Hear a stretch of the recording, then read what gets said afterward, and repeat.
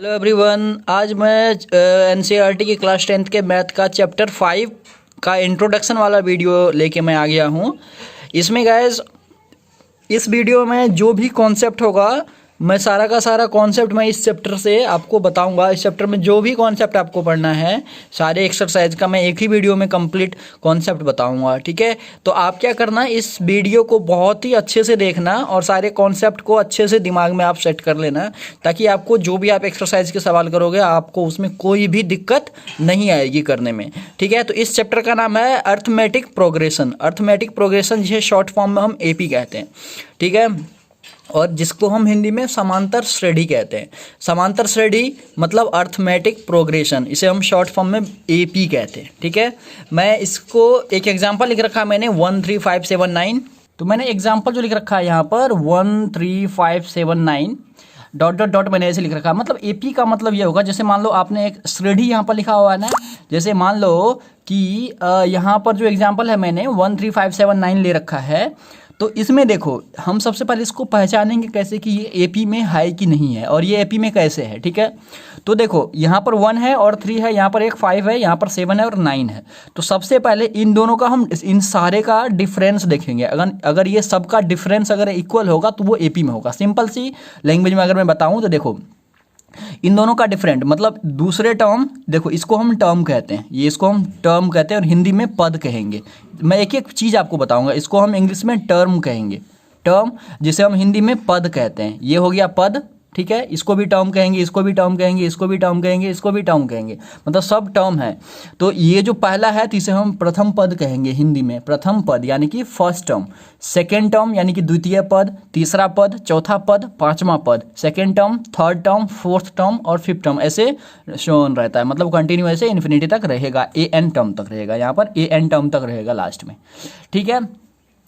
तो देखो A N term का मतलब क्या है, इन्फिनिटी तक रहेगा, कहीं तक भी रह सकता है ये, ठीक है।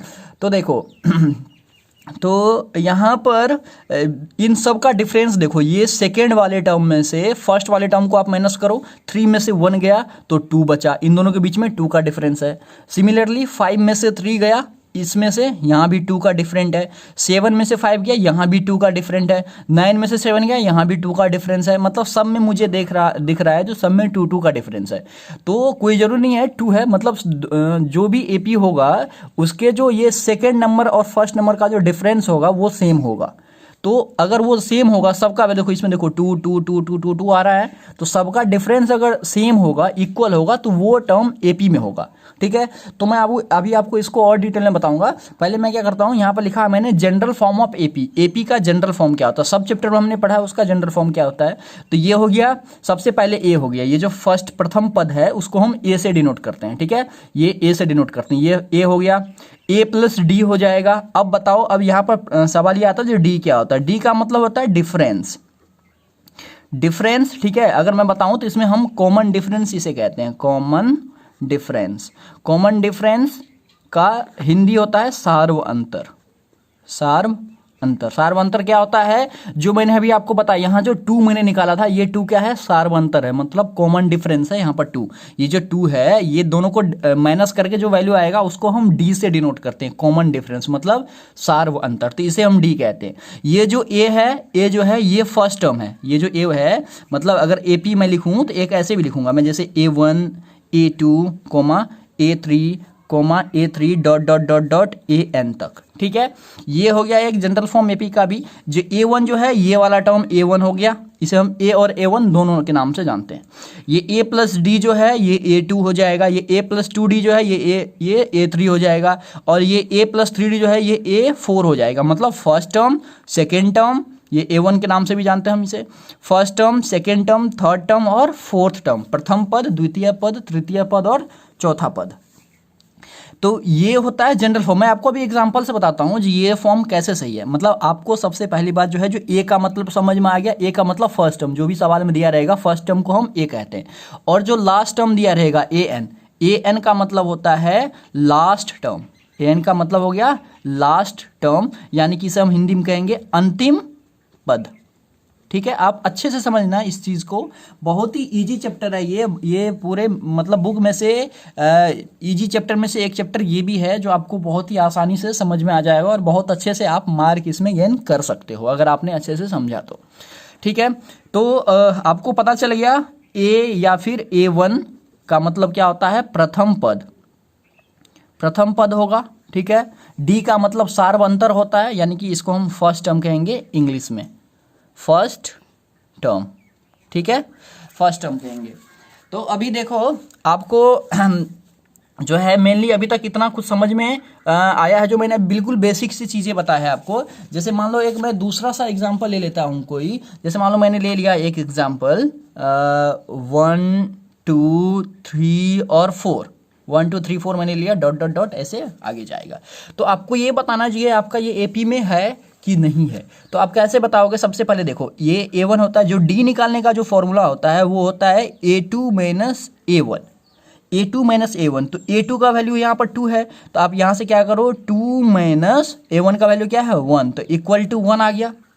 सिमिलरली आप फिर से एक बार डी निकालोगे, देखो A2 माइनस A1 कर दिया, अब आप A3 माइनस A2 करोगे, A3 माइनस A2 करोगे। ठीक है, A3 माइनस A2 करोगे, तो A3 का वैल्यू क्या है, ये है A3, तो 3 माइनस A2 क्या है 2 है, तो इक्वल टू 1 आया।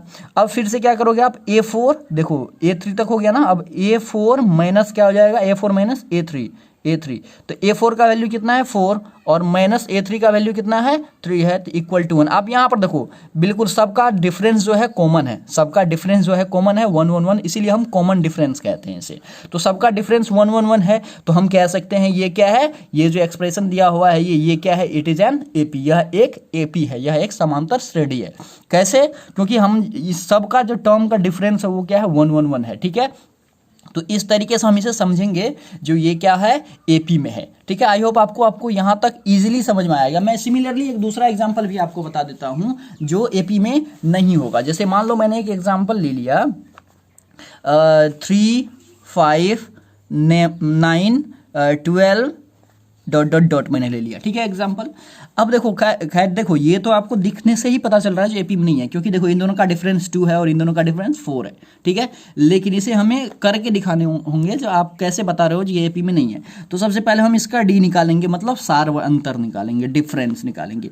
तो डिफरेंस का फॉर्मूला होता है A2 माइनस A1। ठीक है, A2 क्या है यहाँ पर 5 है, 5 माइनस A1 क्या है 3 है।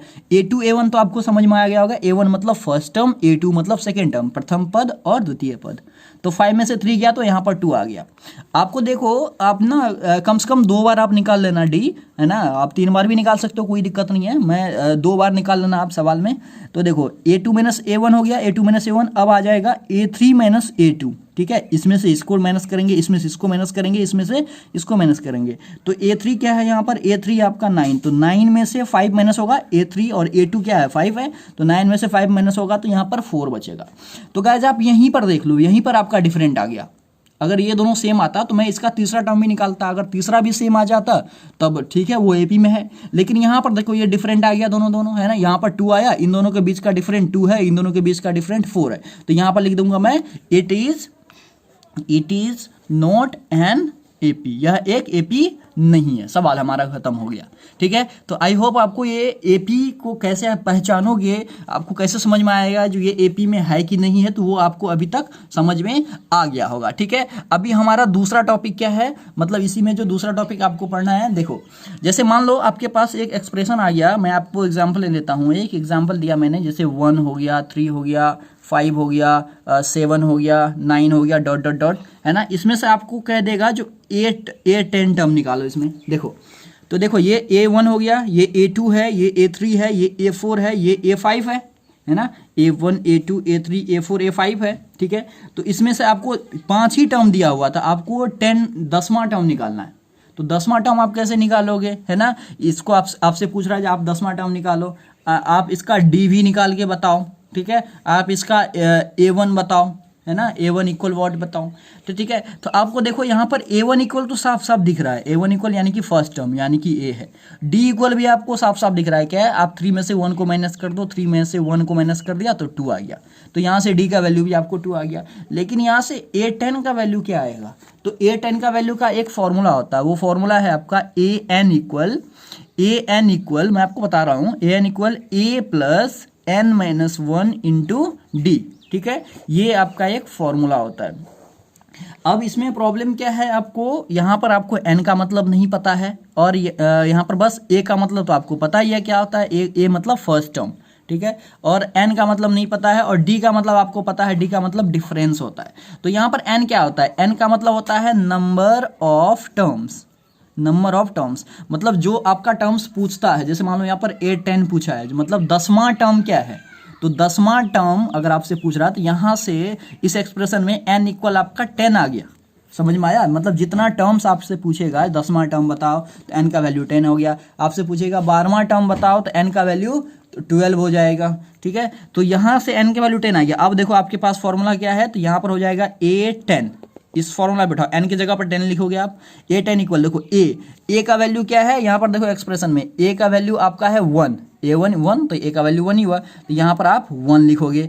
1 प्लस एन, एन का वैल्यू क्या है 10 है, मैंने अभी बताया ना आपको 10वां टर्म निकालना है, तो एन का वैल्यू क्या हो गया 10 हो गया, तो 10 में से 1 माइनस होगा, इंटू डी, डी क्या है आपका D2 है ना, मल्टीप्लाई में 2 हो जाएगा। अब इसे आप सॉल्व कर लो तो A10 का वैल्यू आ जाएगा आपका, कैसे देखो 1 प्लस 10 में से 1 गया तो 9 इंटू 2, ये आ जाएगा 1 प्लस 9 2 जा 18, ये आ गया इक्वल टू 19। तो A10 का वैल्यू क्या आ गया आपका 19, A10 का वैल्यू आ गया 19। इसी तरीके से अगर आपको A5 निकालना हो, A6 निकालना हो, A7 निकालना हो तो आप निकाल सकते हो। ठीक है, मैं इसका नेक्स्ट कॉन्सेप्ट बताता हूँ। ये एक अलग तरीके का, मैं एक और एग्जांपल यहाँ पर है, देखो यहाँ पर एग्जांपल है एपी का एक फॉर्म दिया हुआ 4 10 16 और 22। इसमें क्या करना है, फाइंड नेक्स्ट 3 टर्म्स। ठीक है, इसके अगले 3 टर्म्स निकालना, मतलब A1 A2 A3 A4 है, तो यानी कि A5 equal what, A6 equal what और A7 इक्वल वॉट। ठीक है, अभी देखो आपको मैंने एक जनरल फॉर्म बताया था। ठीक है, जनरल फॉर्म कैसे हम फॉर्मूला बनता है वो मैं आपको बताता हूँ। आपको मैंने एक जनरल फॉर्म बताया था, क्या, general form of AP.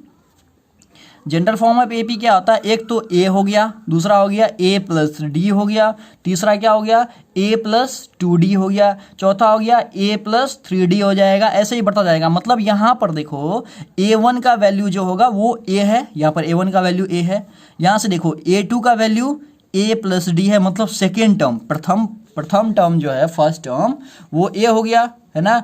A2 मतलब द्वितीय पद जो सेकेंड टर्म होगा वो ए प्लस डी होगा, देखो ये है ना, ये ए हो गया, ये ए है, ये A2 हो गया, ये A3 हो गया, यहाँ से A3 इक्वल कितना आ जाएगा ए प्लस 2D, ध्यान से देखो आप। उसके बाद ये A4 है ना, तो A4 इक्वल क्या आ गया ए प्लस 3D हो गया। ये गाइस आपका फॉर्मूला बन रहा है। जब भी कभी आपको सवाल में कहेगा जो नेक्स्ट 4 टर्म या नेक्स्ट 3 टर्म्स बनाओ, तो ये सब के सब फॉर्मूला है।